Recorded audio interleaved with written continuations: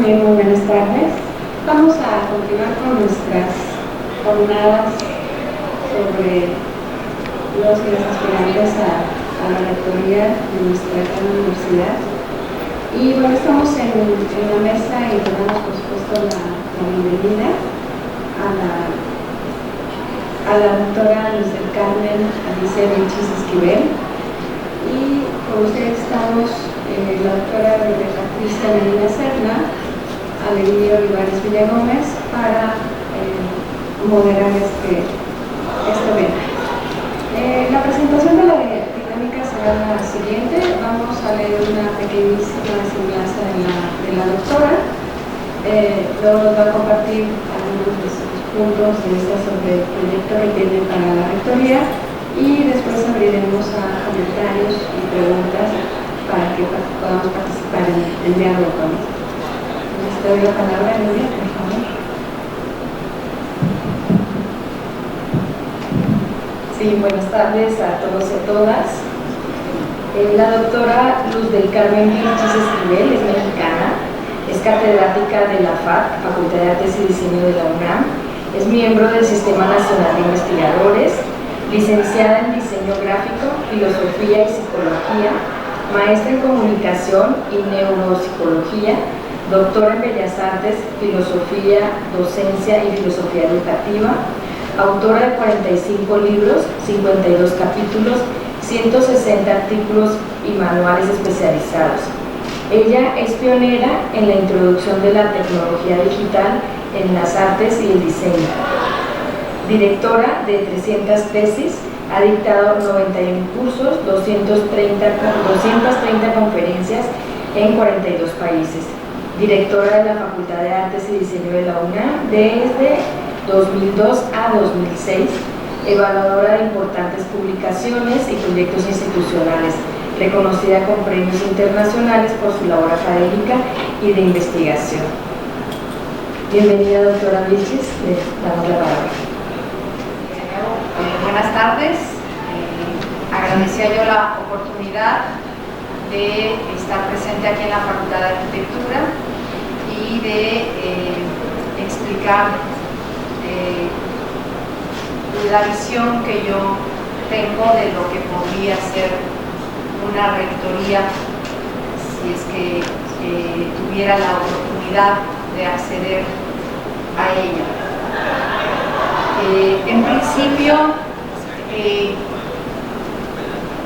les explico que el proyecto de trabajo que se puede descargar en internet solo son 16 cuartillos.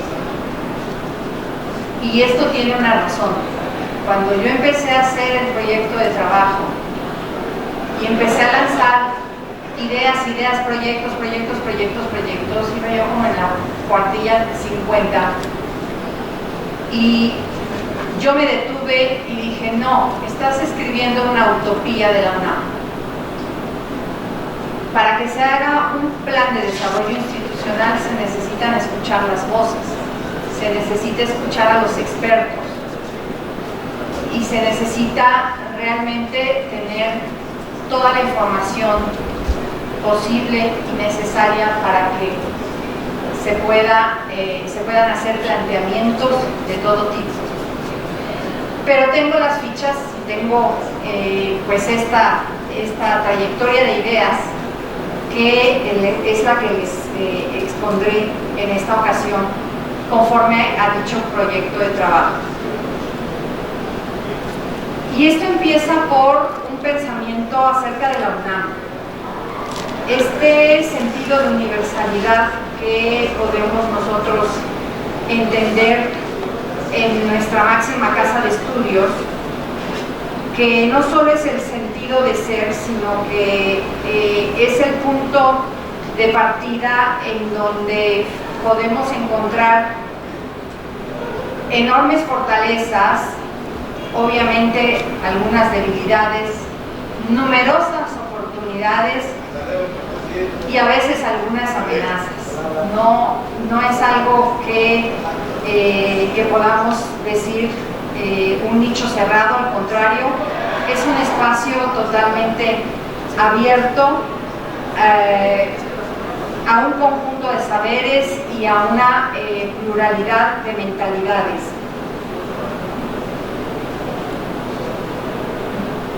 La esencia de la UNAM radica en la autonomía. Y la autonomía, desde mi visión y desde mi punto de vista, es irrenunciable. ¿Por qué? Porque es la certidumbre que tenemos, primero, de la posibilidad de tener una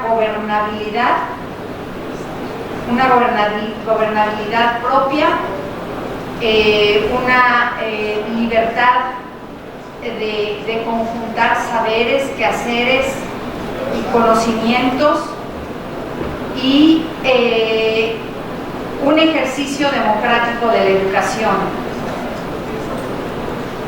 con un enfoque totalmente determinado por los derechos humanos y la igualdad sustantiva.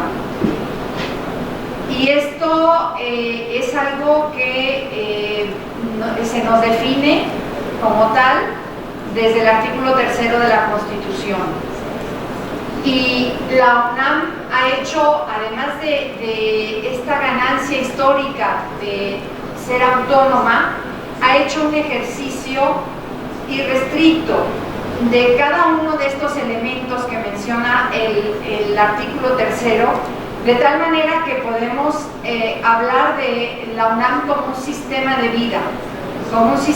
vida sociocultural vinculado con todos los sectores de la población y que esperamos permanezca así, porque es la manera en que nosotros estamos estructurados. Otro punto muy importante es el apego a la legislación y a la normatividad de la universidad. Yo he recibido comentarios respecto a la necesidad de revisar estatutos, normas, reglamentos, incluso me han comentado hay que quitar la ley orgánica y cambiarla por otra ley orgánica, y no es así, no es así. Primero porque dependemos totalmente del marco jurídico federal, y eso sí lo debemos tener muy claro. Esa dependencia no la podemos quitar. No solo es de la Constitución política, es del marco jurídico en diferentes aspectos, en aspectos laborales, en aspectos de trabajo, en aspectos de tratamiento de ciertas problemáticas. Estamos condicionados por esta normatividad y por este marco jurídico federal. Que hay elementos que requieren revisión y que requieren modificaciones, es cierto, pero esto deberá hacerse a través de la integración de los expertos para que podamos ver qué cosas se pueden modificar realmente o pueden ampliarse, se pueden definir, o que incluso requieren a lo mejor hasta un nuevo reglamento o una nueva visión de cómo está estructurada la redacción de algunos puntos en algunos de los estatutos o reglamentos, o de los conjuntos de lineamientos, porque no solo es la ley orgánica, estamos hablando de por lo menos solo reglamentos, tenemos 46 reglamentos, tenemos 5 estatutos, tenemos los criterios de interpretación de la Oficina del Abogado General, que son 2 tomos. Entonces esto requiere primero cautela, prudencia, ser muy cuidadosos respecto a los tiempos políticos que estamos viviendo y trabajarlo, insisto, con los expertos en marcos jurídicos, en la elaboración de leyes, en los cambios, en las posibilidades que podríamos tener. De todas maneras, insistiría, reiteraría que esta sistematización jurídica que tiene la universidad se debe respetar de entrada, y ya inmersos en ello, entonces se podrán hacer algunos cambios, se pueden generar algunas revisiones especializadas y ver la viabilidad. La viabilidad es fundamental para hacer ajustes razonables a nuestra normatividad universitaria. El punto más importante de mi proyecto de trabajo es la vida universitaria. Y aquí yo me refiero a educar a la comunidad en la civilidad. Esto se refiere a retomar, reestructurar y fortalecer una conciencia ética, un sentido de orgullo de la institución en que trabajamos, en que estudiamos, el sentido del trabajo comunitario, colaborativo, el respeto y la responsabilidad social, el robustecimiento de todas las instancias que atiendan asuntos sensibles para toda la comunidad. Aquí me refiero a toda la comunidad. El buscar el término de igualdad para todos, en todos los sentidos posibles. Tratar no solamente la violencia de género, que estamos conscientes de que es un problema electoral que ha ocupado la atención universitaria durante bastante tiempo. No obstante, hay otros problemas que también hay que abordar. Tenemos discriminación, y la discriminación no es solamente de género. Hay discriminación por muchas causas en toda la universidad, en todos los niveles, y digamos para todos, tanto para el alumnado como para los docentes, investigadores, trabajadores de base, etcétera, etcétera. Hay una gran inseguridad. Este es un problema que se reitera, se repite y que se solicita que sea abordado de todas las formas posibles. Tenemos muchos problemas de misoginia, de misandria, de homofobia, de bullying, de mobbing. Es decir, todo esto estaría en estos términos de dar nuevos valores o de rescatar valores para los universitarios en los que realmente volvamos a entender la solidaridad con todos los individuos por todas las razones posibles, la dignidad a la que todos tenemos derecho, la tolerancia, la cooperación y finalmente, bueno, esta resiliencia de la que se habla en muchos foros, pero que poco se comprende cuando se trata de cuestiones delicadas, de situaciones de violencia o de situaciones de agresión. La diversidad, por supuesto, es algo que hay que respetar en la universidad. Somos lo que somos precisamente por la diversidad, por todo este universo de pensamientos, creencias, mentalidades y posibilidades que tenemos para establecer diálogos, discusiones respetuosas, discusiones dignas y obviamente para realizar investigaciones, para hacer transversalidad, para trabajar todo tipo de pensamiento complejo. Justo eso nos lo proporciona y nos lo propicia la UNAM. Y yo he tomado una frase de Averroes hablando de esta temática que me parece muy importante para entender por qué me refiero en estos términos. Y Averroes decía que la ignorancia conduce al miedo, que el miedo conlleva el odio y que el odio siempre dirige hacia la violencia. Y que esa ecuación, la ruptura de esa ecuación, solo se puede lograr a través de la educación. Por eso hablo de esta educación para la vida, de esta educación en la civilidad, en todos los términos posibles que se pueda comprender. Necesitamos conciliar con nuestras comunidades, necesitamos tener una presencia más real entre los universitarios, y aquí me refiero a la rectoría.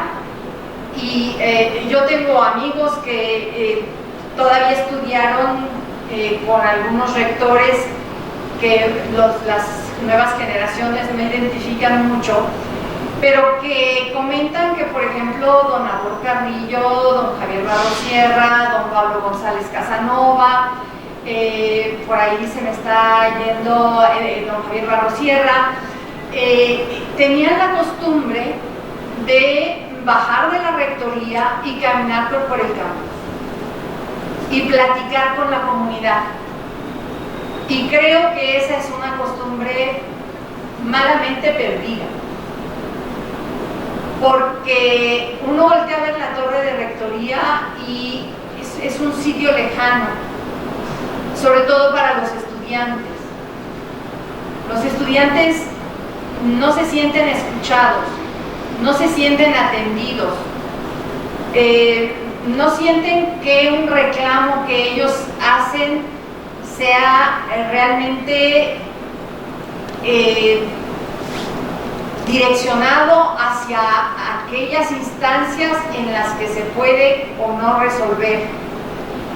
Entonces hay que regresar esa presencia de la rectoría entre la comunidad universitaria, y debe ser una presencia asertiva, una presencia proactiva, una presencia que sepa escuchar y que resuelva inmediatamente, o que si no puede resolver también sea capaz de explicar por qué no puede resolver.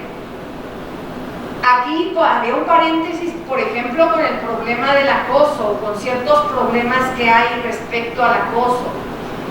Hay que entender que aunque nosotros tenemos un tribunal universitario, el tribunal universitario tiene ciertas capacidades en las que puede tomar algunas decisiones, pero no es el Poder Judicial, no es el Poder Legislativo. Entonces, hay muchos casos de agresiones y de acosos que lo que hay que hacer es orientar y acompañar a los jóvenes para que elaboren las denuncias conducentes en los sitios en los que deben elaborar las denuncias. ¿Por qué? Porque en el seno de la universidad se van a quedar atrapadas muchas de esas denuncias en algún lugar. Y claro, ¿cuál es la reacción de los estudiantes? Hay impunidad, no me hacen caso, lo hemos dicho durante mucho tiempo. Y entonces ahí hay que explicar por qué, hasta dónde llegan los términos de la factibilidad de la universidad y hasta dónde ellos tendrían que ir fuera de la universidad y actuar en contra de un individuo que tiene una serie de acusaciones por agresiones, por acoso, y que entonces pueden ser orientados por la universidad, pero la universidad tampoco los puede acompañar, es decir, no les puede asignar un abogado para que los defienda, pero sí los puede orientar. Y sí decirles, a ver, nosotros tenemos estos límites, esto es nuestro marco jurídico, hasta aquí podemos llegar. No podemos tener alcances que ni la legislación ni las condiciones permiten, pero hay que hablarlo de frente, hay que decirlo, hay que explicarlo con todas sus letras, porque el paso más importante de la educación es la comprensión. No es nada más el dar información. Información la tenemos en los teléfonos todos los días, apretamos un botoncito y nos llena de información. El teléfono nos dice información de 1000 cosas, o de más, de millones de cosas. Pero la comprensión es diferente, eso implica conocimiento, y el conocimiento es el que hay que proporcionar. Definitivamente hay que propiciar, eso sí, programas preventivos.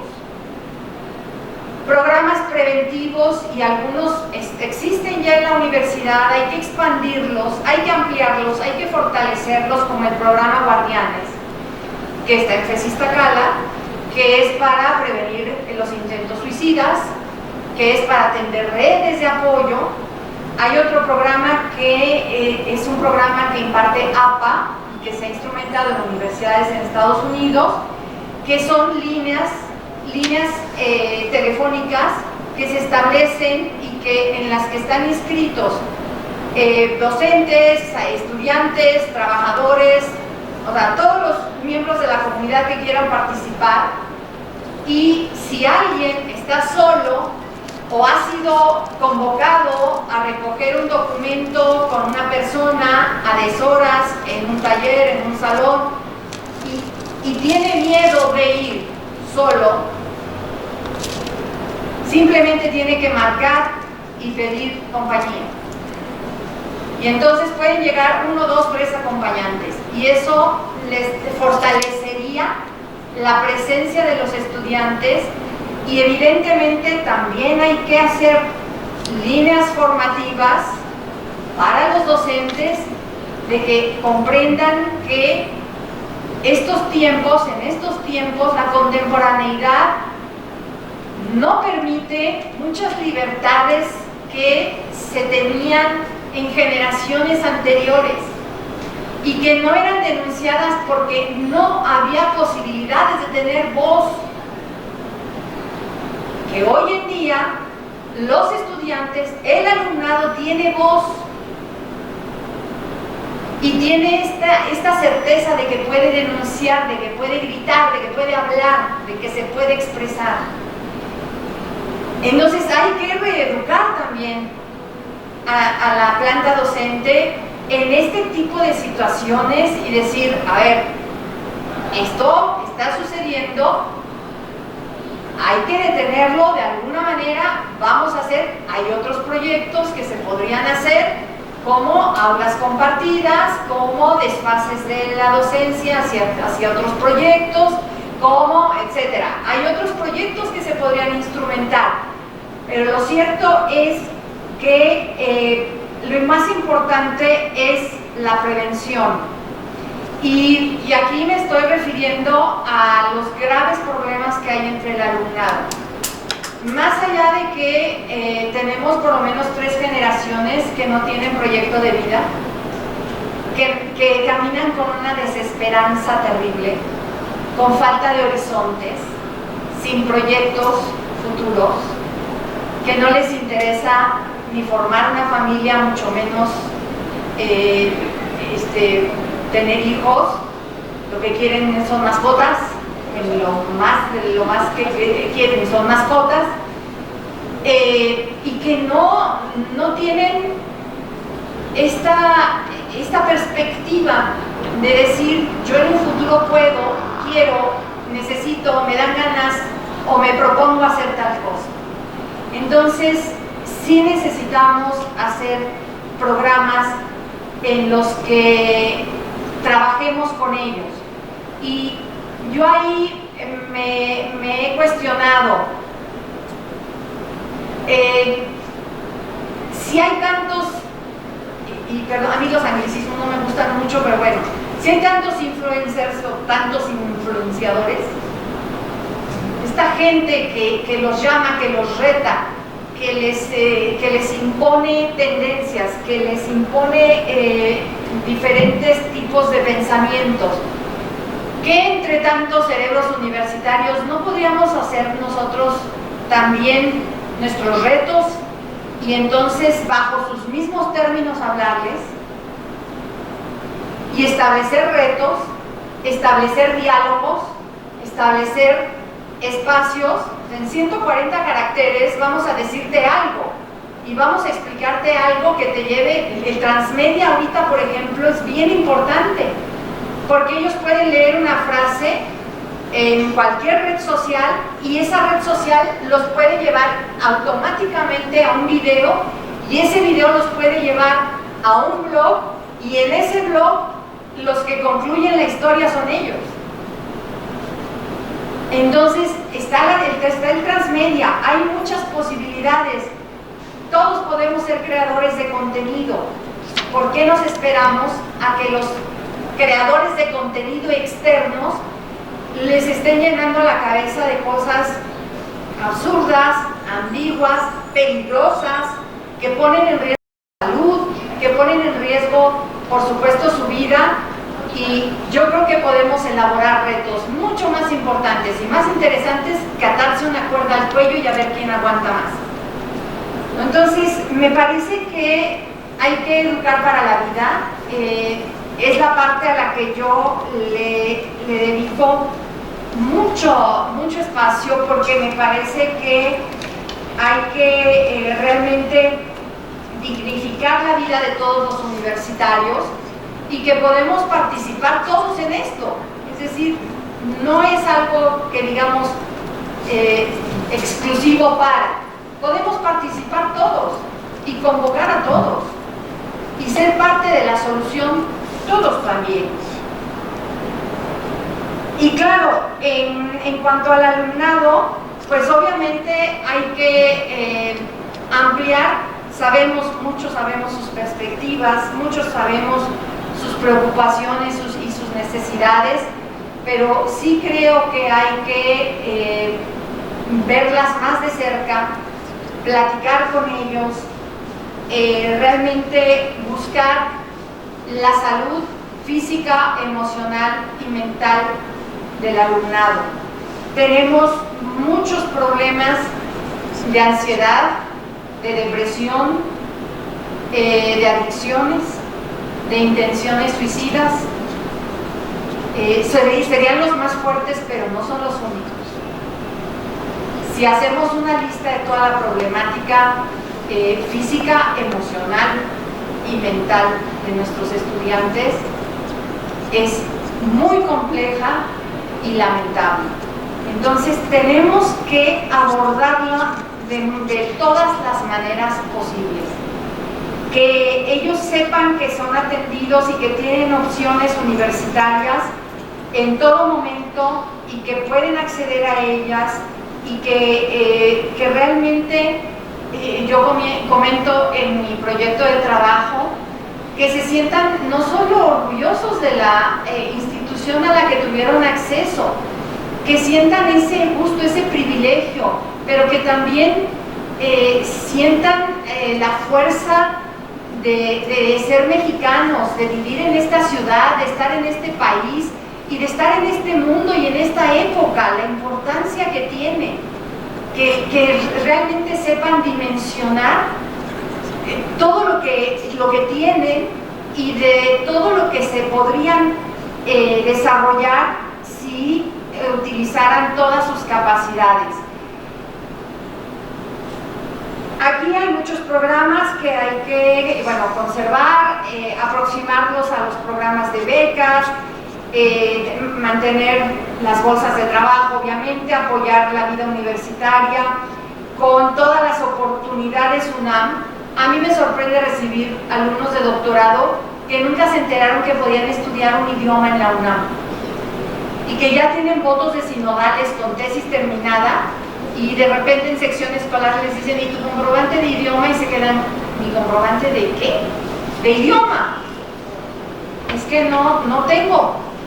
Pero si hablo inglés, pues si hablas inglés, pues necesitas un comprobante de idioma. Pero ¿por qué no estudiaste? Si aquí en la escuela, en la UNAM, aquí a la vuelta, aquí hay muchos lugares donde puedes estudiar idiomas en la UNAM. No, pues no sabía. Eso de verdad impacta. Bueno, muchos tampoco saben que pueden hacer deportes. Muchos ignoran que tienen posibilidades de inscribirse a programas especiales, a programas de trabajo, que pueden hacer tareas incluso de extensión de la cultura, que pueden participar también en las redes de apoyo. Y bueno, habría que ampliar esto.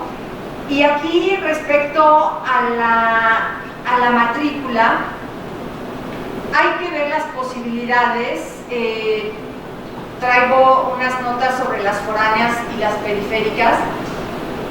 Habría que ver las posibilidades de descentralización. ¿Esto qué implicaría? El ver la factibilidad de que en algunas foráneas, en algunas periféricas, se pudieran o trasladar o abrir opciones de bachillerato especializado. ¿Qué significa? Que en el tercer año, en lugar de decirles, a ver, ¿qué quieres? Área 1, 2, 3, 4, 5, lo que estudien sean exactamente las asignaturas que los van a conducir a las carreras que están, por ejemplo, en ENES Morelia, ¿sí? O las que están en Morelos. Es decir, que realmente su bachillerato los conduzca a la carrera. Esto retroalimentaría las carreras, levantaría la matrícula, ampliaría la matrícula y nos daría la posibilidad de ir descentralizando poco a poco esta idea de que el bachillerato UNAM solamente se hace en la Ciudad de México. Porque claro, vienen, hacen el examen, hacen el esfuerzo y después la idea de permanecer es muy grande. En relación con los docentes, voy a mencionar 3 puntos que me parecen importantes. Uno, las jubilaciones dignas. Hay que permanecer con ese programa, si se puede hay que ampliarlo, pero yo tengo la propuesta de que la jubilación digna no solo sea que el profesor se va y tiene un sobresueldo, tiene sus gastos médicos mayores, y la verdad es que es un desperdicio de talento enorme. Yo pugnaría por un programa en el que la jubilación digna incluyera, pero trabajas con nosotros en extensión de la cultura, y que puedan desarrollar cursos, talleres, diplomados, que además de que a ellos les redituarían dinero, a la UNAM también. Y entonces gana el jubilado, gana la universidad. Y no se alejan de la docencia como si fueran de repente. Es terrible. Yo veo a mis compañeros, a mis colegas jubilados, como de un día a otro se sienten desplazados en una soledad terrible y desconectados de lo que han hecho durante 4 décadas o más. Y la verdad es que se nos va gente con toda la lucidez, con toda la posibilidad y con todas las ganas de continuar en la universidad. Entonces creo que esa podría ser una opción. Hay un grave problema con los profesores de asignatura. 25,000 profesores de asignatura que están pidiendo, están solicitando plazas, o que por lo menos se les abran concursos para tener estas horas profesor que ostentan que puedan aspirar a una definitividad. Ese no es un asunto de normatividad universitaria, ese es un asunto de presupuesto universitario. Y sabemos que en este gobierno el presupuesto UNAM no ha sido incrementado, ha sido conservado, eso sí, en los mismos términos. Yo creo que se puede gestionar haciendo algunas modificaciones en ciertas partidas presupuestales para hacer paulatinamente un programa de regularización de profesores de asignatura. Esto implicaría a lo mejor desplazar un pequeño porcentaje, que aunque se puede escuchar, hay 6%, ¿qué vamos a hacer? que 6% del presupuesto total de la universidad es bastante. Entonces, hablar de 5 o 6% desplazado nada más para que me permitas regularizar a los profesores de asignatura y hacer de esto un programa paulatino. Y por otro lado está también mucha preocupación de los técnicos académicos. Y efectivamente, los técnicos académicos tienen una calidad docente, pero que es una calidad bastante fantasmal, porque no tienen representatividad, porque muchas veces son consideradas sus promociones o sus definitividades por consejos externos a las dependencias en las que laboran. Y entonces ahí hay mucha inquietud de los técnicos académicos por tener presencia y representatividad universitaria. Entonces habría que también ver estas posibilidades y sí sería importante en esta materia de legislación, hay que revisar el trabajo de algunos cuerpos colegiados, sobre todo las comisiones. Hay que revisar el trabajo de las comisiones dictaminadoras y ver de qué manera se puede suavizar en muchas quejas respecto a las decisiones de las comisiones dictaminadoras y cómo en ocasiones brincan los resultados al consejo técnico y luego el consejo técnico se los vuelve a regresar a la comisión dictaminadora. Y a veces pasan años haciendo esto, regresando de un lado para otro. Entonces es importante revisar ese tipo de situaciones. En cuanto a la investigación, bueno, sabemos que es uno de los grandes quehaceres en la universidad. Yo aquí propondría la vinculación con la empresa, con la iniciativa privada y enseñar investigación desde el bachillerato, elaborar programas de investigación, pero no inducción, no enseñarles metodología, no, a ver, vamos a hacer investigación en serio desde el bachillerato, obviamente con sus niveles, con su jerarquía, pero formar a los jóvenes en la investigación, lo cual implicaría también formarlos en la lectura, en la redacción de textos, en la elaboración de un texto académico, en la anotación, en el respeto al trabajo de otros, el trabajo de terceros, en estas cuestiones de los plagios, que no tiene necesidad de hacerlo, que se puede hacer un trabajo académico bien hecho sin necesidad de andar buscando a ver qué se copia del internet y sobre todo con la inteligencia artificial, algo muy importante que la propuesta sería enseñar a todos los docentes inteligencia artificial dependiendo de sus áreas. O sea, no todos podemos aprender toda la inteligencia artificial, pero ¿cuál es la inteligencia artificial que, por ejemplo, se aplicaría en el caso de arquitectura? Entonces, enseñarles a los docentes a hacer un programa para que los docentes aprendan inteligencia artificial apta para la Facultad de Arquitectura, para que después en sus asignaturas pongan un pequeño granito de arena y le digan a su estudiante, y además vamos a ver inteligencia artificial de acuerdo a mi asignatura.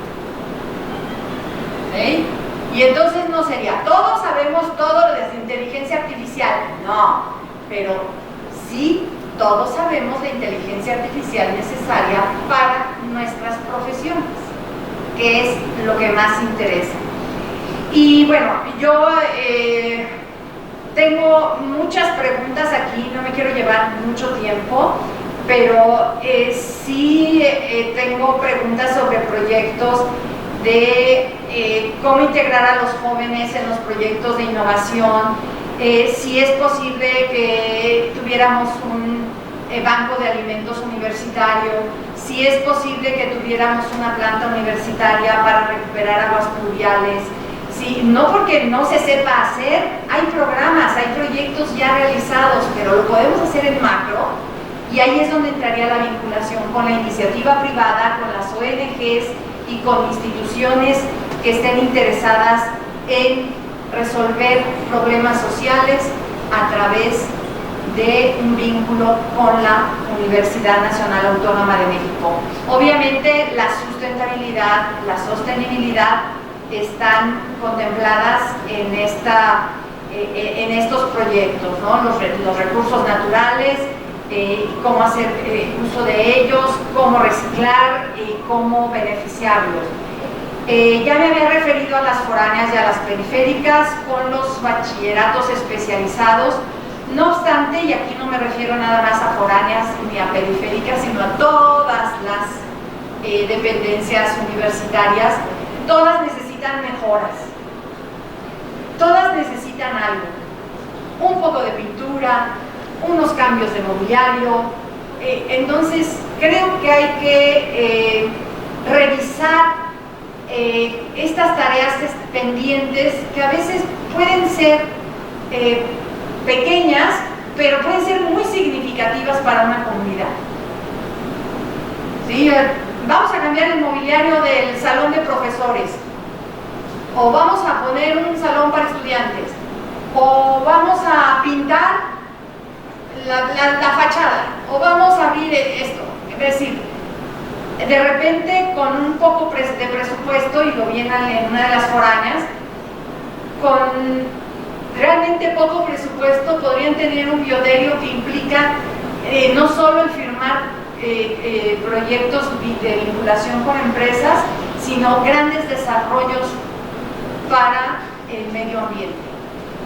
Y les faltan así un poquitito de dinero. Entonces, creo que hay que elaborarlo, revisarlo y ver las posibilidades que se tengan. Igual las zonas de seguridad, hay que revisar las zonas de seguridad universitarias. Unas necesitan rejas, otras lo que pugnan es por quitar las rejas, otras por una salida de seguridad, otras por Pumabús en las horas pico, en las horas más difíciles, y que los puedan depositar en lugares seguros, iluminados. Algunas pues tienen espacios en los que faltan, insisto, con un poco de recursos, un poco de voluntad para realmente completar obras que están incompletas, inconclusas. Entonces hay que revisar eso. Me parece muy importante reiterar lo de los bachilleratos especializados. Y bueno, estaría el asunto de la gestión. La gestión que incluye la administración, evidentemente, del presupuesto universitario, implica no solo atender todos los servicios de la comunidad y todos los procesos académico-administrativos, toda la sistematización que requiere la UNAM, sino también implica convenios con los gobiernos locales, estatales y el gobierno federal. Hay que gestionar, hay que ver si es posible también descentralizar administrativamente la universidad en algunos aspectos. Hay que trabajar sobre la calidad de la alimentación de los sitios donde hay alimentos en la universidad. Ver los alcances de las responsabilidades de gestión y trabajar con los proveedores UNAM para tratar de abatir los precios en muchos de los bienes y servicios que adquiere la universidad. Los profesores que hayan hecho alguna vez un PAPIT me pueden entender esto, porque uno presenta presupuestos que deben ser de proveedores UNAM y de repente se da uno cuenta que una computadora, una Mac por ejemplo, pues cuesta muchísimo más con proveedores UNAM que en las mismas tiendas de Apple. Entonces, ahí está sucediendo algo que hay que abordar. Hay que tener una auditoría externa permanente, una Contraloría interna que esté fiscalizando la transparencia de todo lo que se hace, de tener cuentas claras, constantes y una elaboración razonable de los presupuestos. Definitivamente una gestión sana de diálogo y con los mejores resultados con los sindicatos, que eso es fundamental para la universidad. El trabajar para obtener ciertas certificaciones internacionales, sobre todo para algunas profesiones que precisan el tener certificaciones o dobles titulaciones para poder trabajar fuera de México.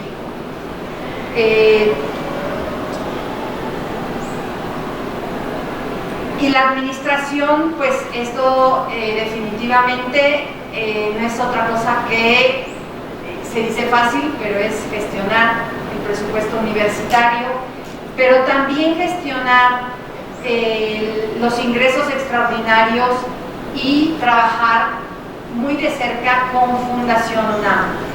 Y en este sentido, bueno, hay que recordar que están todo lo que significa infraestructura universitaria, pero que también tenemos patrimonio histórico, patrimonio del que somos depositarios, y el que hay que cuidar igual con la mayor probidad que sea posible. Definitivamente hay que dignificar lo más que se pueda a la universidad para que siga siendo la punta de lanza en educación, no solo en América Latina, sino en Iberoamérica. Que recuperemos todos los espacios que de repente se nos han ido un poco de las manos y que podamos incrementar lo mejor de la UNAM. Y por último, sería bueno, el asunto de proponerme como rectora. Yo sí aclaro en principio que yo me propongo como rectora por el hecho de ser mujer, porque sería casi tanto como proponerme como rectora por el hecho de ser humano. Y para mí son un par de obviedades que no me resultan, así que no entran en este sentido en mi perfil, porque soy lo que soy, punto, dijeran los españoles con toda su sabiduría, ¿no? Eres lo que eres, pues sí. No, yo busco la rectoría de la UNAM porque considero que tengo un perfil transdisciplinario. Yo trabajo con pensamiento complejo. Quiero ser una voz representativa en la universidad. Ahí sí, por los estudios que he tenido y que he logrado acercarme a las neurociencias, sé que sí estoy hablando de una forma de pensamiento alternativa, de una mirada diferente, de una visión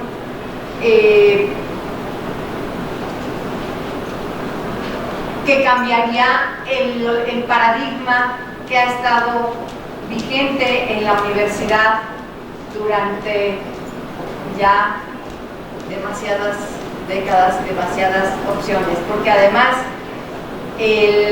para mí el cambio de paradigma sería no solo el hecho de que haya una mujer rectora en la UNAM, sino que creo que el cambio de paradigma es mucho más fuerte. Es que en las humanidades, las artes y el diseño, también hay una mentalidad de liderazgo, de fortaleza, de tenacidad, de probidad, de responsabilidad y de compromiso universitario, con todas las capacidades para poder dirigir y regir el destino de esta casa de estudios durante los siguientes 4 años. Les agradezco mucho su tiempo.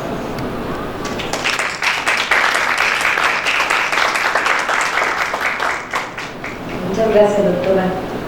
Abrimos a preguntas, comentarios. Bueno, primero que nada, felicitarlo por aceptar este reto de postularse como candidata a la rectoría. Creo que sí, aunque me manifiesta que no es una cuestión porque es mujer, creo que la visión de la problemática y de lo que le duele a la universidad tiene una perspectiva desde el punto de vista femenino, vamos a decir, de ser mujer, porque se vuelve como más claro, más directo, señalando sin el miedo a una postura política, porque lo que ha planteado es como una crítica a lo que está fallando dentro de la UNAM. Yo creo que es muy importante decirlo y señalarlo para entonces corregirlo. Hay muchas debilidades que lo sentimos, que sabemos que están ahí, que no hemos atendido o que se pasan de largo o se dan por sentado, ¿no? En todos los sentidos, en la parte académica, en la parte administrativa, en la parte de la docencia, en la parte del alumnado. Creo que es un gran reto en el que se está en este momento. Creo que sí existe una gran posibilidad de que tengamos una rectora mujer. Ojalá que no cierren los oídos los que deciden, porque tener esta visión que es más amplia, sin ofender a la otra mitad, pero creo que sí necesitamos tener esta manera de ver lo que está sucediendo y trabajar para ello, ¿no? No me queda más que felicitarla, porque hay muchas cosas que pensamos que no nos atrevemos a decir y usted las está diciendo. Felicidades. Gracias. Doctora, muchas gracias por su presentación. Siempre esas jornadas nos han dado claridad sobre lo que es la universidad y finalmente también la diversidad de pensamiento, ¿no? en este sentido. Me da mucho gusto escuchar esta parte de considerar las foráneas y las periféricas. Cuando nos invitaron a la Junta de Gobierno a ver cuál era la problemática de la universidad, fue increíble conocer de parte de compañeros y compañeras, colegas que están en las foráneas y las periféricas, que son tratadas de diferente manera. Nosotros estamos aquí en el campus central y bueno, nos quejamos, ¿no? Y ahorita pues hay poco público porque por ahí se oyó un rumor sobre chinches, pero no lo creo, ¿no? En ese sentido. Pero Se brincaron de química. sí, aparentemente se brincaron, se pueden trasladar, la movilidad es muy buena entre ellas. Pero bueno, finalmente nosotros que estamos en el campus central pareciera que somos los privilegiadas a pesar de que nos quejamos, ¿no?, de lo que está por aquí. Entonces me parece muy interesante esto del bachillerato, porque finalmente también acercaría al alumnado que está para allá, ¿no?, y que pues aquí los recibimos y hacen 3 horas de traslado. Es impresionante que bueno, cómo llegar aquí desayunados sin comer, y además aparte muchas personas trabajan igual para llegar. Creo que quizá también parte de las foráneas habría que aplicar también cierta descentralización. No estoy hablando en las cuestiones de presupuesto, sino descentralización en todas estas actividades que tenemos dentro del campus central, ¿no? La cultura, etcétera, que finalmente está muy cerca y que allá pareciera que no está. Bueno, eso por un lado. A mí, leyendo su proyecto, me causó mucho interés el que quiera bajar la investigación como un punto medular desde el bachillerato, ¿no? Desde el bachillerato. Entonces, por supuesto hablaba ahí sobre la consideración también de que el profesorado tiene que ser, pues tener apoyo, ¿no? En ese sentido para poderlo hacer. Y creo que es una problemática real en la universidad de que a veces la investigación, que es de grandes alturas, a veces no baja la docencia, ¿no? Incluso, bueno, ya ni siquiera no pensemos en el bachillerato, sino en la licenciatura, ¿no? A veces se quedan por allá y creemos que las personas que están generando conocimiento creo que deberían de compartirlo, ¿no? Acá en la licenciatura. Y esa sería una de las preguntas. ¿Cómo hacerle? ¿Cómo hacerle para que verdaderamente la investigación no solo baje a la licenciatura, sino hasta el bachillerato, que es un programa que me parece, así, leyéndolo ahorita me parece como fuera un poquito de lo que tiene la realidad de la universidad, ¿no? Muchas gracias.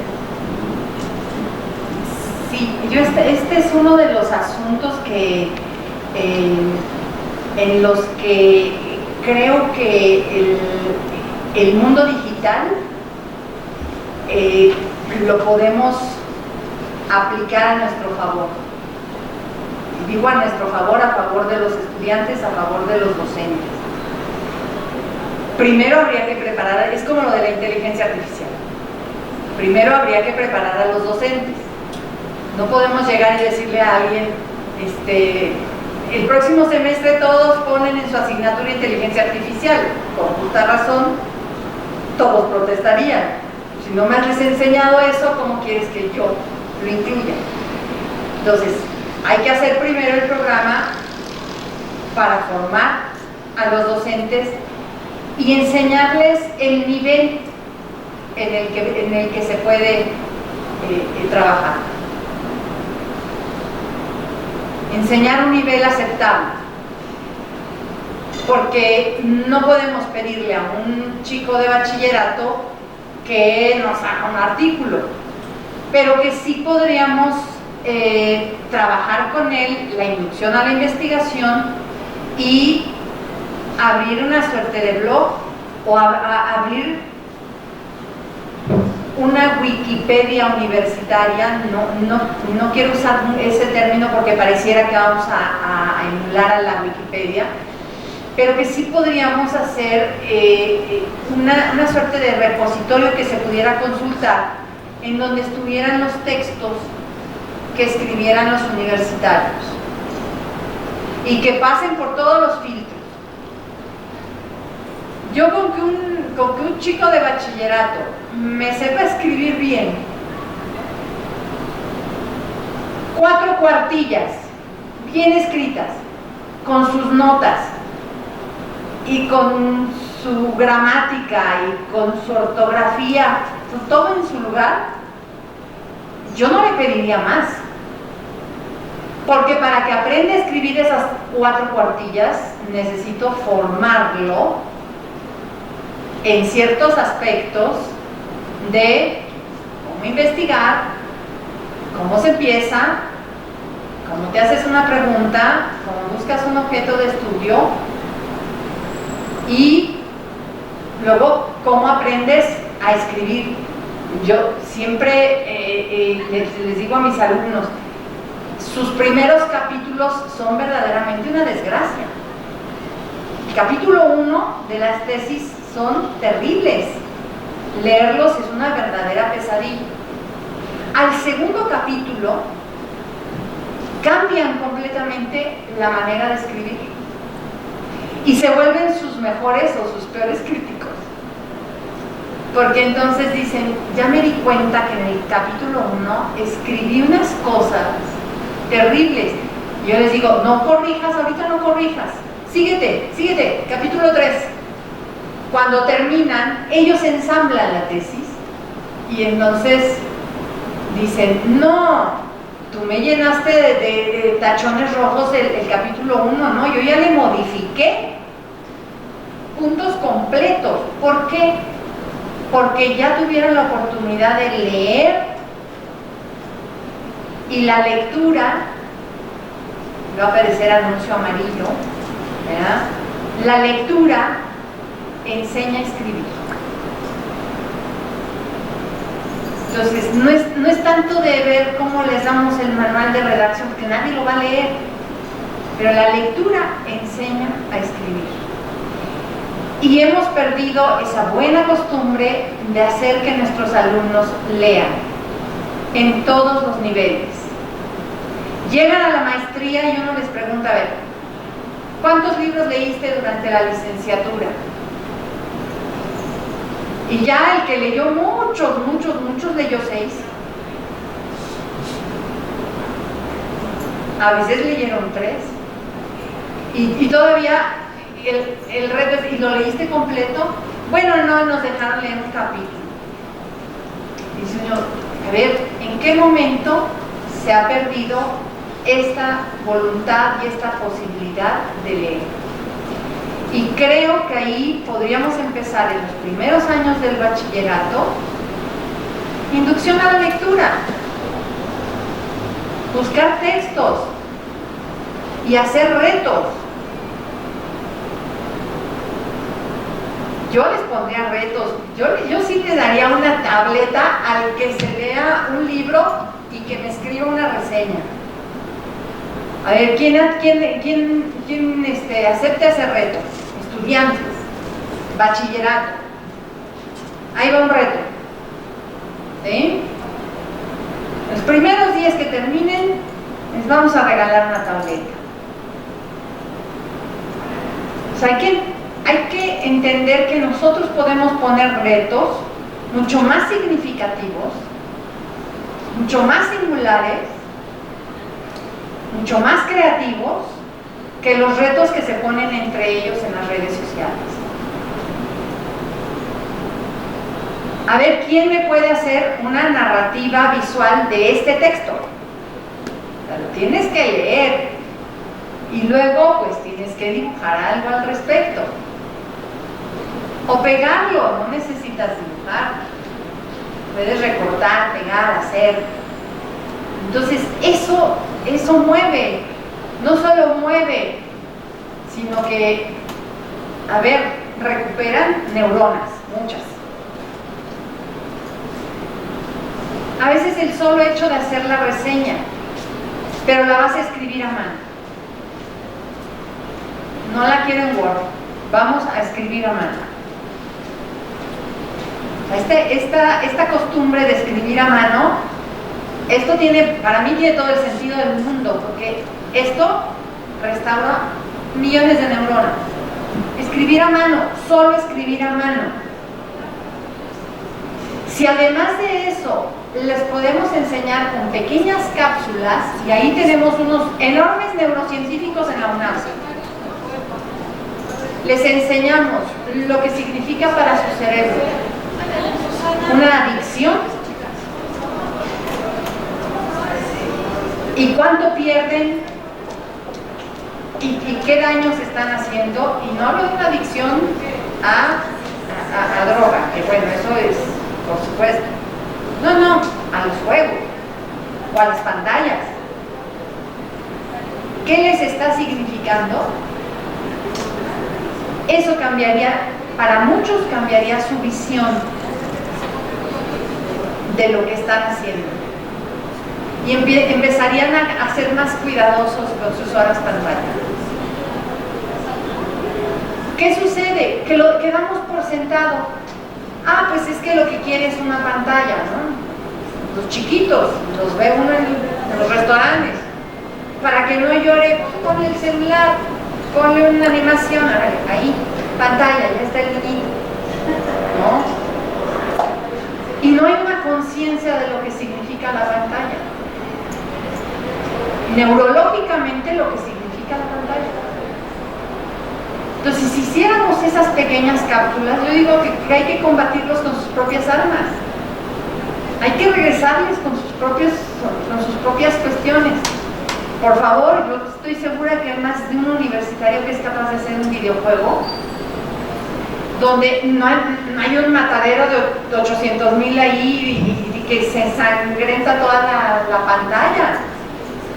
Podríamos pensar en un videojuego en el que practiquen matemáticas, en el que practiquen redacción, en el que practiquen, es decir, podríamos pensar en videojuegos interesantes para los estudiantes. Yo sí creo, estoy convencida de que es otro tipo de atención la que nos están demandando. Nos están demandando que les pongamos límites, pero les queremos poner los límites que nos ponían las mamás o las abuelas y ya ni chanclas usamos. Sí, ni cucharas. ¿No? Ya no usamos cucharas. Entonces, te digo, ¿qué les avienta uno? Es el microondas, no. Ya no hay eso. No hay ese pensamiento. No hay esa manera de poner límites. Y parte de un problema con el que se encuentran las madres hoy en día es precisamente con cómo poner los límites a sus jóvenes. ¿Sí? Yo tengo 3 vecinitos junto a mi despacho, 3 chicos. Uno de ellos está en la facultad de química y yo lo adopté, tiene su mamá y su mamá trabaja, es profesora, pero en algún momento la mamá no tenía 3 turnos, no podía atenderlos y este chiquito empezó a ser incendiario. Se conseguía cerillos, encendedores y entonces andaba prendiendo en la casa los basureros. Cuando volteaban, la abuelita y la tía que lo cuidaba, había así una humareda y entonces un día me platicaron. Y dije, ¿te gusta el fuego? Sí, me gusta el fuego. Muy bien. Entonces yo fui a la estación de bomberos, les platiqué de él. Me dejaron llevarlo a la estación de bomberos. Y claro, fue el niño más feliz porque se subió a un carro de bomberos, silbó, se puso el casco, pero cuando le enseñaron los álbumes de niños quemados, quedó impactado. Y de casas quemadas, y los bomberos le decían, y aquí murió un bombero tratando de apagar el fuego que hizo un niño con unos heridos. Entonces, él quedó muy impresionado. Era lo que les decía yo hace rato, la información no da nada, el conocimiento sí, porque el conocimiento da comprensión. Él regresó y de todos sus escondites, pues yo regresé con él y le dije, ahora Dani, me vas a entregar todos los cerillos y todos los encendedores que tiene. No, bueno, era una colección. Todos quedamos pasmados. Dije, bueno, es que aquí teníamos una bomba de tiempo. Entregó cerillos, entregó todo lo entregó. Y dejó de quemar cosas. Y así, y me lo fui pescando con muchas cosas, así, tan elementales como, le dijeron un día, te vamos a llevar al dentista porque voy a lavar los dientes. Y dice, no, yo no voy al dentista porque me da miedo. Y le digo, enséñame tus dientes, Dani. Ya me los enseño y le digo, ¡ay, Dani, tienes un ocre fino en los dientes! ¿No te los lavas? Dice, no, me da flojera. ¡Ah, qué bonito! Fui, compré cepillo de dientes, pasta, y todas las noches yo iba, tocaba su departamento. ¿Qué pasó? Vengo a lavarme los dientes con Dani. Estuvimos así como 8 meses. Se le fueron blanqueando. Llegó un momento en que me dijo, ya aprendí a lavarme los dientes. Cuando entró a la secundaria, él es un niño que tuvo ausencias. Ausencias es una forma de esquizofrenia que sucede cuando hay convulsiones y un niño es bebé. Y suelen quitarse cuando hormonalmente se desarrolla. Entonces, Dani tenía ausencias.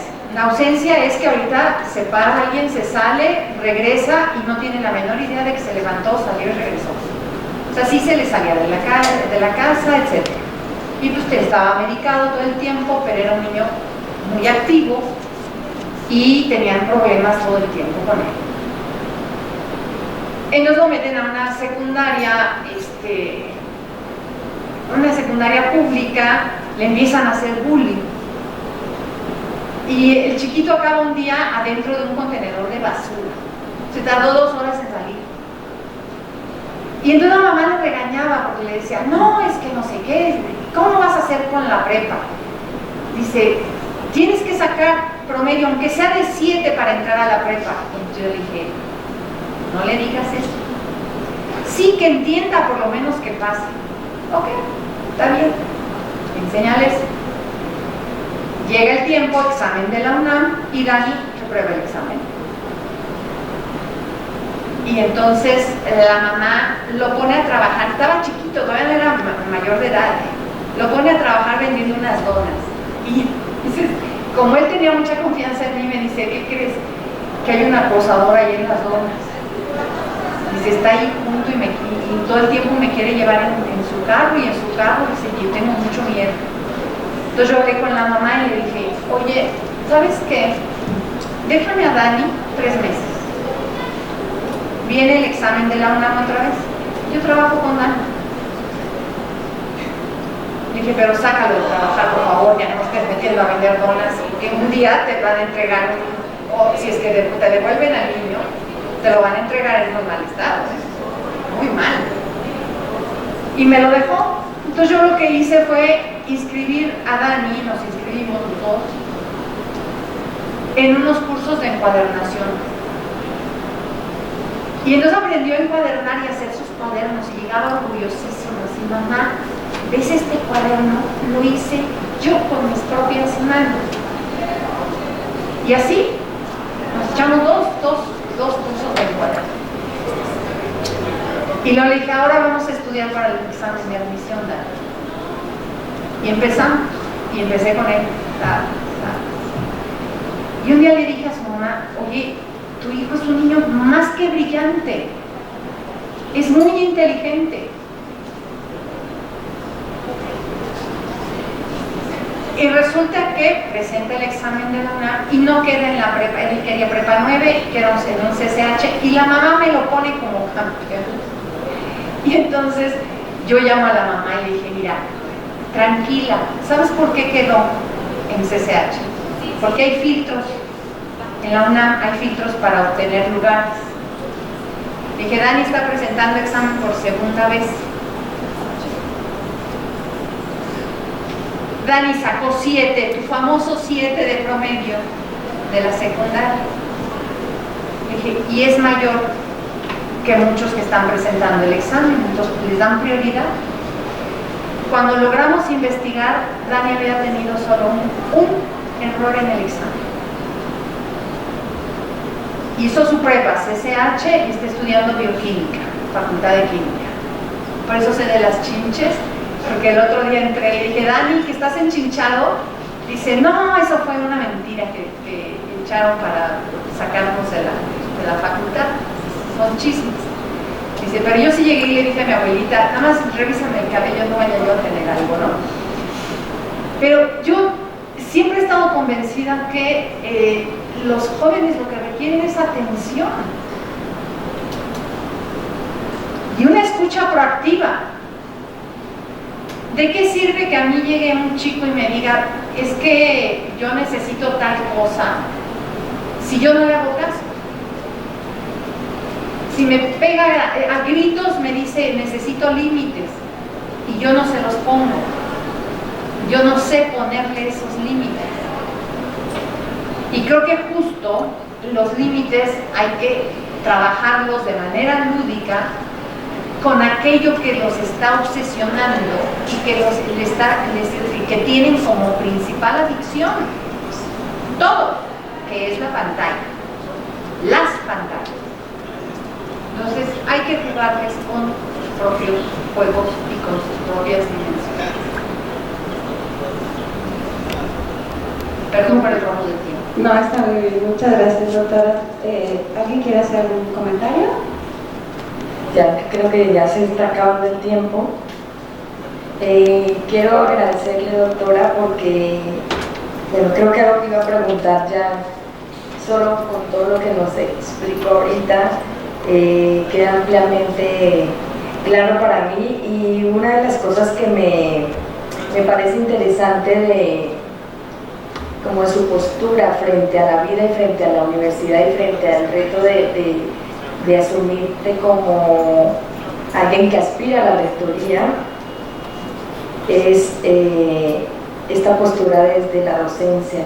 O sea, lo que me queda claro es que eres docente, ¿no? Que esa es tu pasión y que, bueno, que la compartimos, yo creo que la mayoría de los que estamos aquí. Y dijiste algo que también creo en eso, que me impacta, pero que también es todo un reto para trabajarlo, que dices educar para la vida.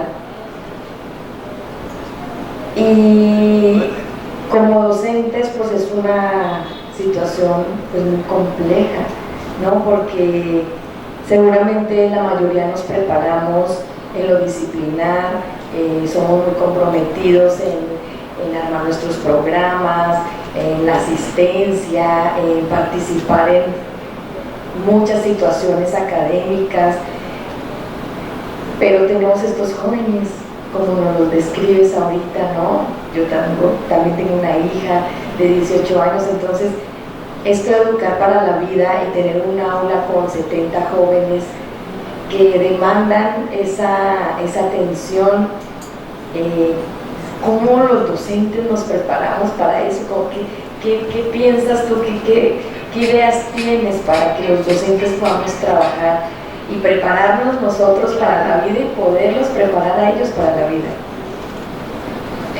Sería replicar un poco lo que comenté de la inteligencia artificial y de la investigación.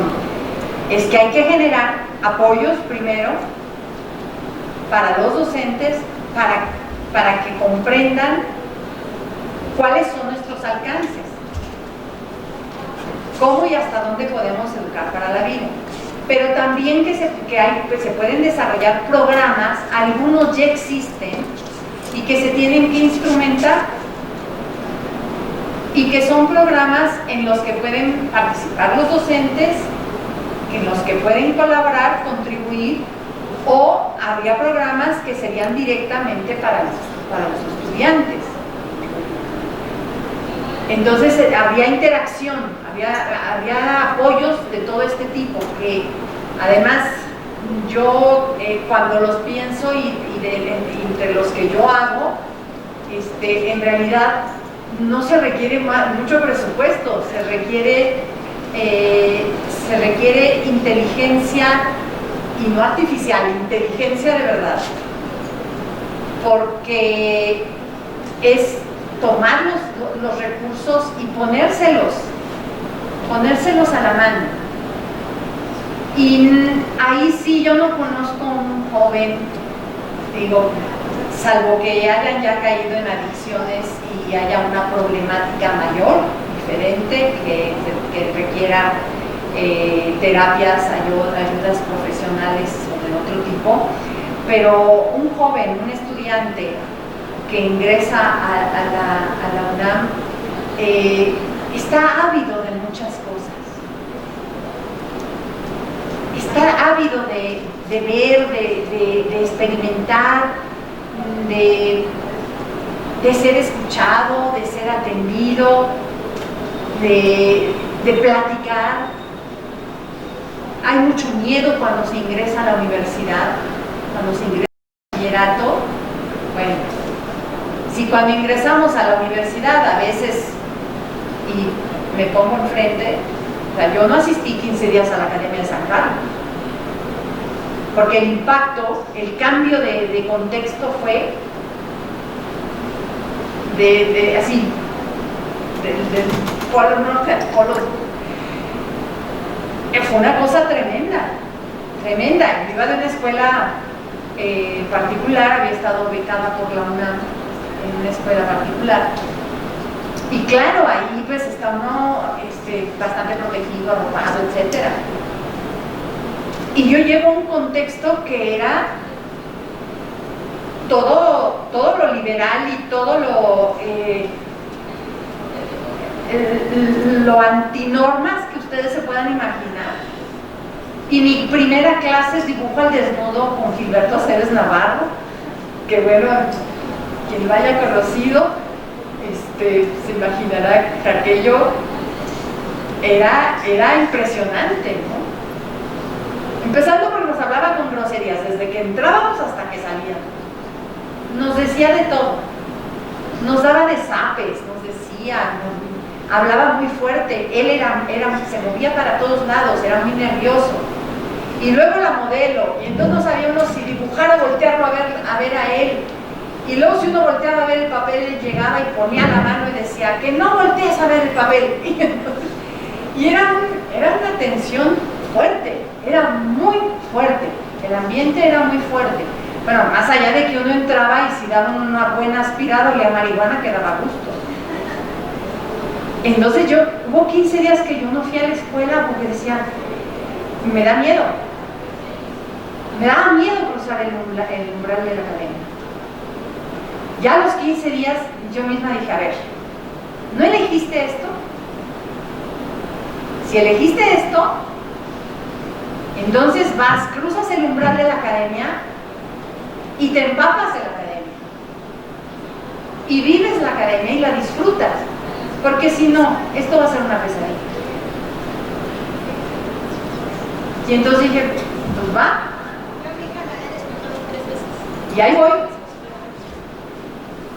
Después de 15 días volví a entrar a la academia, pero con esa convicción de que yo tenía que entrar y vivir la academia, y disfrutar la academia y estar en la academia.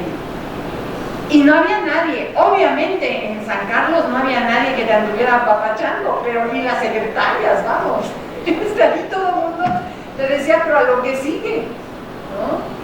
Y el ritmo, era tan vertiginosa la vida en la Academia San Carlos que solo estando allí se puede uno imaginar realmente la fuerza que tenía. Y a los 2 años hicimos un congreso de reestructuración académica en el patio. Se suponía que era, a lo mejor alguien se acuerda de una gran huelga que hubo con el doctor Soberón. Bueno, fue en esa huelga. Nosotros hicimos como nuestra mini huelga e hicimos un congreso de reestructuración académica. Y lo que queríamos era separar los planes de estudio. Entonces ahí estuvimos varios meses en el patio de la Academia de San Carlos. Y a mí nunca me habían escuchado hablar. Y de repente se levanta Gilberto Aceves Navarro, mi maestro y mi mentor, además, se levanta y empieza a decir una serie de cosas, y yo me levanto y le digo, pero todo hacía voz en cuello, y le digo, usted no tiene razón, maestro. Y voltea y se me queda viendo y me mienta a mi mamá. Y yo, como va, le hago lo propio. Y entonces todo el mundo se me quedó viendo así como, ¿hablabas? Y todo el mundo me dijo, pero nunca te habíamos oído hablar, y menos con esa decisión, pero además le expliqué por qué no tenía razón. Ya que bajó me dijo, perdón, es que tú sí tenías razón. Y de ahí, bueno, larguísima amistad con el maestro Gilberto. Pero es eso, es esa apropiación que uno llega a hacer del espacio. Y es esa apropiación que muchos chicos en la UNAM no hacen, que llegan, entran y salen. Y hay una cierta sensación de automatismo, de solitud. Y esa es con la que tenemos que ir. Ahí es a donde tenemos que llegar y decirle, estás bien, regresa, sé tú mismo y ven, y disfrútalo, y hazlo. Y yo sí me veo conviviendo con la comunidad. Yo sí me veo conviviendo. La otra me dijeron, ¿pero qué harías? Les digo, yo me veo abriendo el estadio y con un entrenador convocando a los alumnos, un reto, alumnos de primer ingreso. Vamos a medir cuántos son 10,000 pasos, que es lo que debemos caminar diariamente. Y medir los 10,000 pasos, pero en mis 10,000 pasos, hablar 10,000 palabras con los estudiantes. Y creo que eso es algo que nunca han visto. Y creo que eso significaría un cambio. Y si lo volvieran a ver, a lo mejor funcionaría otra vez de la misma manera, pero que habría que empezar a pensar, y bueno, ¿y qué otra se puede hacer, ¿no? Además de los 10,000 pasos. ¿Qué es lo que necesitan? Escucha. Una escucha. Y si saben que los escuchan, y que los escuchan desde allá, pero acá abajo, entonces podrían cambiar muchas actitudes de los jóvenes, y eso se contagia. Muchas gracias. Buenas tardes, doctora. Disculpa por no haber asistido a toda su presentación. Sin embargo, no pude escuchar. Yo quisiera preguntarle, después de que nos ha hablado ahorita en esta relación hacia los alumnos, hacia el interior de la universidad, desde su punto de vista, ¿cómo sería la relación de la universidad hacia nuestro país, hacia el exterior de lo que es la universidad, que es la nación en la que estamos insertos todos? Primero diría que tendríamos que hacer una relación muy respetuosa y muy directa con el gobierno federal. Y tiene que ser una relación de diálogo. Y el diálogo siempre tiene que empezar de menos a más. Yo sería muy cautelosa durante estos tiempos electorales. Propiciaría el diálogo, pero no propiciaría, digamos, gestiones de ningún tipo. Lo que sí creo es que hacia el interior de la universidad hay que buscar la comprensión de que está bien si pensamos diferente, de que está bien que haya quienes vayan rojo y quienes vayan azul, y que no pasa nada, que lo platiquen, que lo discutan, que lo pongan. Lo podemos hacer también en línea, se puede trabajar de muchas maneras, pero que entiendan que no es necesario dividir, que no es necesario fragmentar. Y yo ahí sí creo que la tarea de esa resiliencia, esa en particular, tiene que empezar por la universidad. ¿Sí? Ese retocar con oro puro esas grietas e incluso estas rupturas tan fuertes que se han hecho desde fuera y que nos tienen de repente temerosos de hablar con el otro y de decir, a mí me ha tocado, de repente voy a algún lado y me dicen, ¿tú le vas a tal persona o no? Para saber si puedo hablar contigo. Entonces yo siempre volteo y digo, pero ¿cuál es la importancia que reviste a quién le vaya o a quién le vayas tú? Eso no importa, que podemos hablar, se puede hablar. Yo no voy a tratar de convencerte, porque si tú crees en algo, vas a estar convencido de esa situación, hasta que la realidad a lo mejor te indique lo contrario. Pero que hay que empezar por esa resiliencia en casa, en la UNAM, adentro de la UNAM, hacia adentro de la UNAM, y fortalecer la UNAM. Y desde aquí hacer proyecciones hacia la sociedad. ¿Cómo? Utilizando los recursos que nos dan los medios digitales. Tenemos TV UNAM, pero que también tenemos el radio, pero que se pueden hacer podcasts. Eso no significa que nos vamos a involucrar en la contienda electoral. Nosotros estamos al margen. Somos autónomos, tenemos nuestra gobernabilidad y tenemos nuestra forma de democracia que se vierte en la educación. Punto. Y eso hay que entenderlo. No somos plataforma para nadie. Entonces, sí, el primer año yo sería muy prudente, muy cautelosa y trataría de entablar un diálogo muy serio, muy respetuoso y sumamente responsable con el gobierno federal y con algunos gobiernos estatales, sobre todo aquellos que están recién electos y en los que se encuentran foráneas o periféricas. ¿Por qué? Porque ellos tienen que gestionar mucho con los gobiernos locales y estatales. Entonces habría que apoyarlos. A ver, vamos a establecer un diálogo.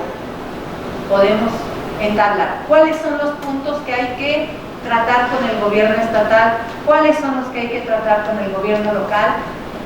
Vamos a traer un panel de expertos, vamos a dialogar con ellos y vamos a tratar de llegar a acuerdos, a convenios, a comodatos. Hay muchas figuras jurídicas que se pueden trabajar con gobiernos estatales y locales. Con el gobierno federal estrictamente es diálogo. Y el diálogo es de ir conociendo, irse conociendo mutuamente. No se puede ir así de sopetón y decir, pues aquí ya llegamos. No, hay que irse conociendo y hay que ir estableciendo este contacto con mucha mesura, con algo que en hermenéutica se reconoce como prejuicios, pero no es este prejuicio que conocemos, digamos, popularmente, como no me acerco, no, prejuicios entendidos como conocimiento previo de todos los asuntos que se vayan a tratar en ese diálogo. Y sin hacer juicios y sin hacer interpretaciones y sin hacer ningún tipo de aclaraciones que pudieran ser disruptoras del diálogo. Entonces, tendría que ser un proceso muy delicado, muy fino y esperar estos tiempos electorales. Yo hablo de restaurar el tejido social de la UNAM y sería precisamente eso, el hilar fino, el hilar y hacer un nudito, hacer el siguiente y hacer un nudito, que es como se teje cuando se tiene una estructura tan fuerte como es la nuestra. Tenemos una urdimbre muy fuerte, muy importante, muy trascendente. El asunto es hilar nuevamente y recomponer el tejido. Gracias. Perdón, pero creo que se nos fue ya el tiempo. Doctora del Carmen Alicia Vilchis Esquivel, le agradecemos por parte de la Facultad de Arquitectura, la dirección, las consejeras universitarias, el profesorado que nos acompaña, su visita, su amabilidad de su visita. Le deseamos éxito en este proceso, ¿no?, que estamos por llegar, y tenemos una última palabra de cierre. A ver, adelante, perdón.